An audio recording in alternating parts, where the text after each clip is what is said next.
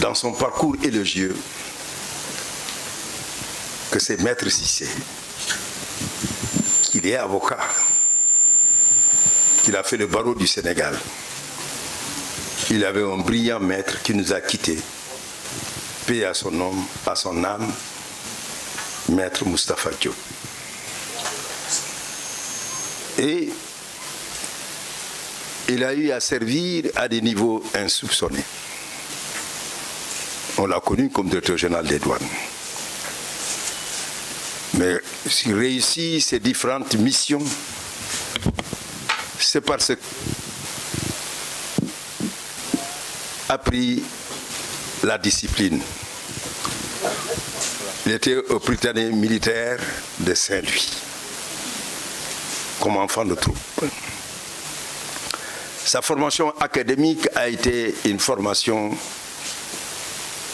que l'on peut considérer comme exemplaire. Très tôt au service de l'État, il a été choisi par le président de la République, Macky Sall, comme ministre du Budget. Et il l'a appelé très tôt à ses côtés pour être son directeur de cabinet.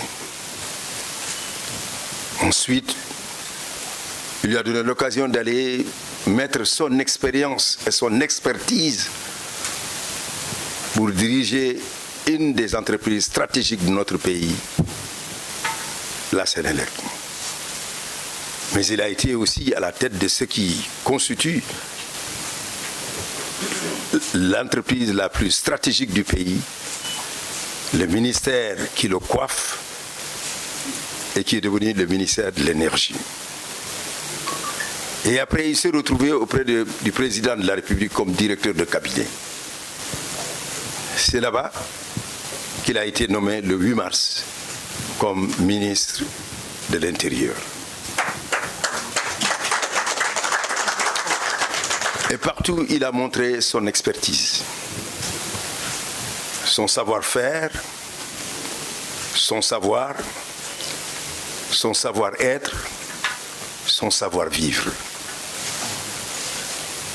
C'est ce qui le caractérise et il faut le dire.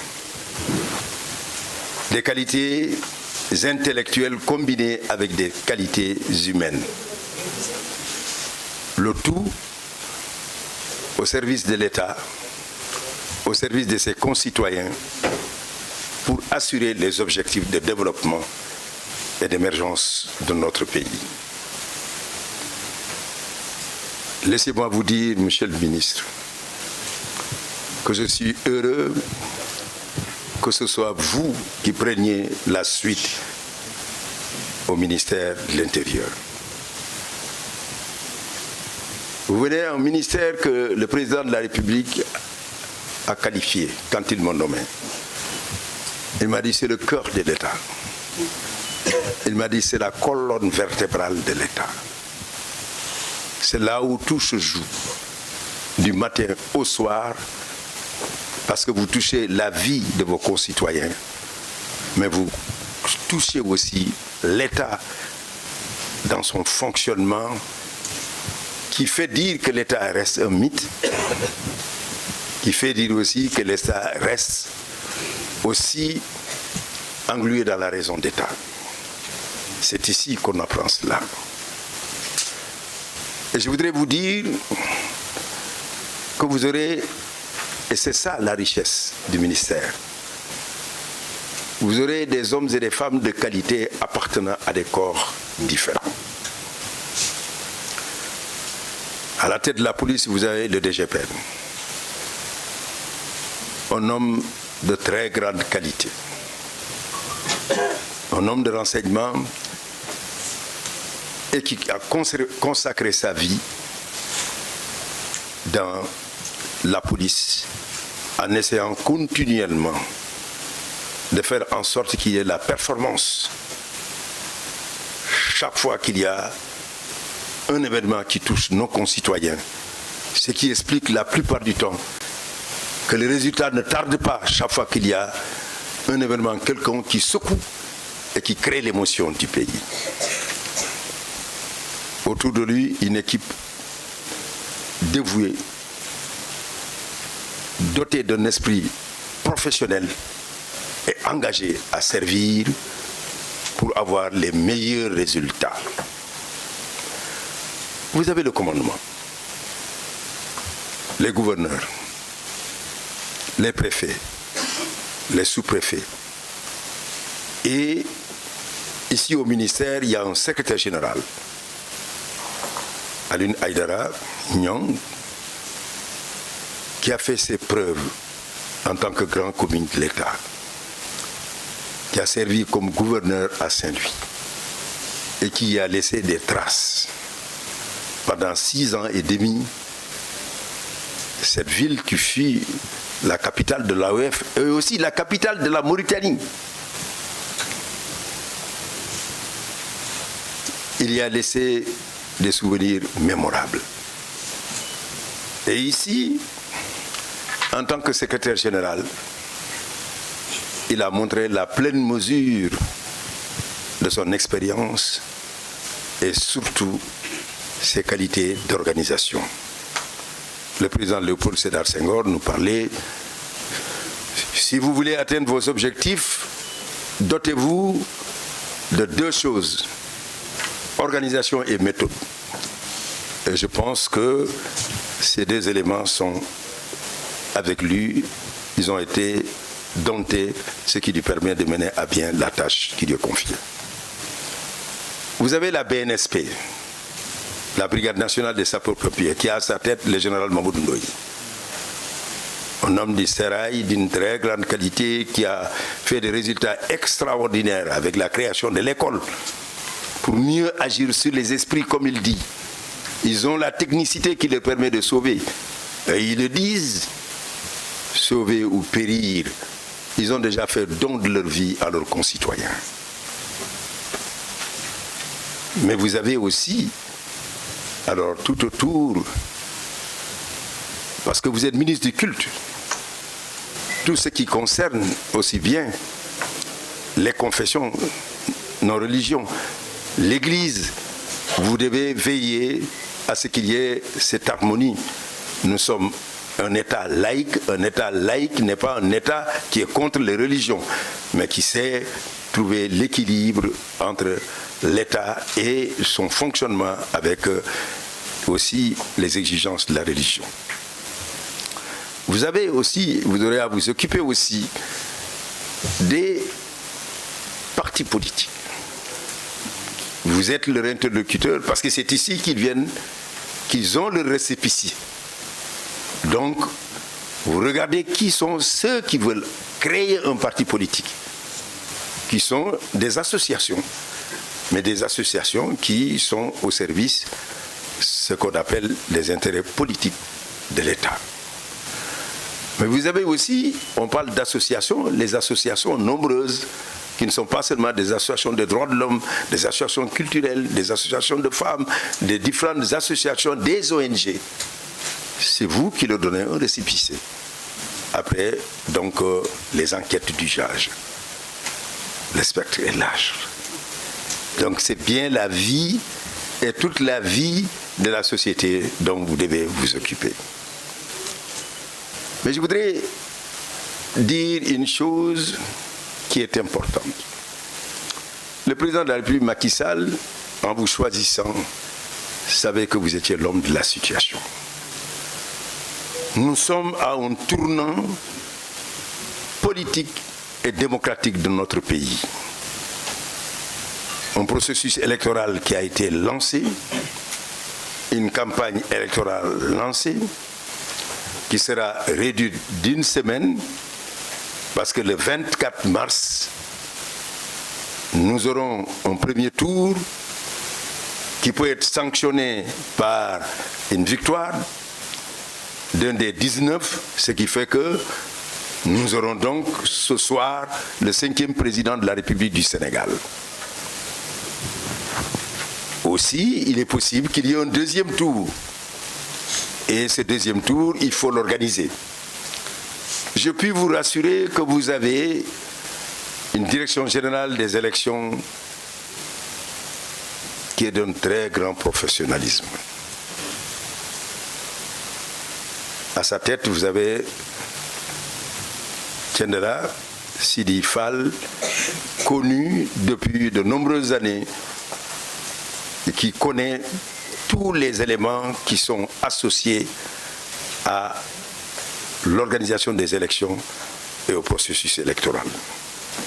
Je puis vous assurer qu'à cet instant où nous parlons, il a acheminé sur l'ensemble du territoire national et à l'étranger tout le matériel électoral. Il y a des inquiétudes, je voulais rassurer les Sénégalais. Le matériel électoral est bien en place.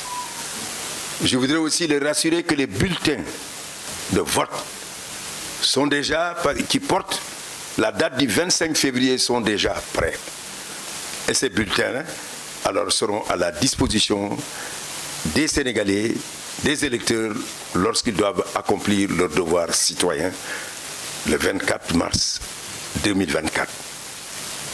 Ce qui reste peut-être à acheminer, c'est peut-être des crayons, en tout cas je peux dire le détail, mais l'organisation pratique de l'élection est faite par la Direction générale des élections. Mais vous avez, comme vous le dites, comme on doit vous le dire, à suivre ce processus jusqu'à son terme. Votre personnalité, dotée d'une grande crédibilité, va crédibiliser ce processus en veillant à ce que, en dernière instance, nous ayons une élection présidentielle transparente et qui se passe dans un esprit apaisé. Des élections dans le calme, parce que c'est de ça que nous avons besoin. Une élection où on peut voter le dimanche et le lundi aller vaquer à ses affaires comme nous l'avons toujours fait. C'est cela la tradition démocratique au Sénégal. Un pays où l'on vote depuis longtemps, en 1848 déjà, mais pendant longtemps encore, pendant la période coloniale, le Sénégal a toujours voté. Et il a toujours été ainsi. Il peut y avoir une période préélectorale inflammatoire, mais après les élections, tout rentre dans l'ordre. Et je pense que vous y verrez. Et je sais que vous ferez le meilleur de vous-même pour atteindre ces objectifs. Je voudrais vous dire que je pars rassuré. Je voudrais vous dire que lorsque je venais, je pensais que j'avais du temps ici. Mais ce fut court. Je vérifie que j'ai fait 4 mois et 23 jours au ministère. Mais ça a été un moment de bonheur. J'ai rencontré des hommes et des femmes de grande qualité, engagés, dévoués pour la cause publique, avec un esprit républicain, une capacité de gérer dans l'urgence et la pression les différents problèmes qu'il y a. Je voudrais vous dire merci. Merci de m'avoir accompagné, de m'avoir ouvert vos cœurs, de m'avoir ouvert votre esprit, de m'avoir montré votre engagement pour la République. Pour servir les concitoyens, on connaît mal la police, on connaît mal le commandement. Mais ce sont des corps qui sont au service de l'État du Sénégal. Et le matin, quand je les rencontre, je les vois toujours souriants, prêts à faire face. Et je garderai ce sourire avec moi en partant. Et je vous dis merci du fond du cœur de m'avoir permis de travailler avec vous, avec une telle intensité que le président de la République, Macky Sall, a jugé nécessaire de me faire confiance à mon nom en Premier ministre du Sénégal. Le ministère de l'Intérieur de ma digde. Je voudrais donc dire bonne chance au ministre et la partie personnelle. C'est un frère. Un frère qui a toujours veillé sur moi. Je suis de loin le grand frère. Mais à chaque étape, il trouve nécessaire de me dire ce qu'il estime être nécessaire pour conduire les affaires de l'État. Je vous remercie. Et d'autres choses nous lient. Mais ce que je peux faire quand on rentre dans cette maison, c'est de lui faire des prières.